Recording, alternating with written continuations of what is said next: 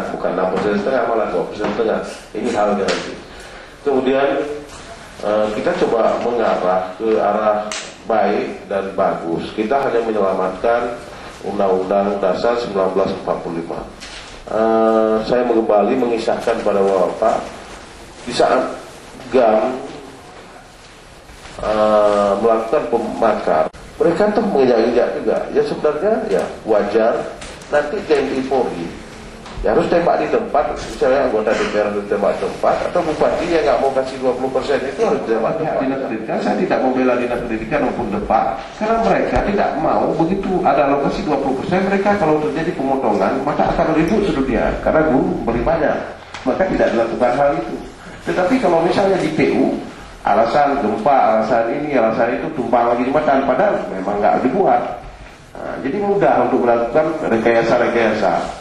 Jadi kalau untuk pendidikan susah dilakukan rekayasa, maka sangat susah juga kita mendapatkan anggaran pendidikan. Oke, Pak, sudah sangat jauh kita bicara. Kemudian ini yang kita lakukan pada hari Dewan, yang penting sopan, bagus, baik, tetapi tidak melanggar hukum. Kalau Bapak dengan sebab hadirnya pada public hearing nanti akan dipindahkan Bapak, maka kita akan memberikan bantuan hukum kepada Bapak. Kalau dipindahkan Bapak gara-gara lain itu nggak ada urusan dengan geser. Tetapi gara-gara hadir public hearing dengan DPR, tiba-tiba Bapak dipindahkan, dan itu akan berhadapan dengan kami, berhak duduk, berhak berdiskusi, berhak segala macam. Gunanya untuk kebaikan. Dan hari ini kita duduk bersama pun untuk kebaikan juga. Ya bukan untuk kita dapatkan hari ini, tetapi untuk anak cucu kita ke depan. Oke, mudah-mudahan tidak ada yang mempersulit persoalan kita.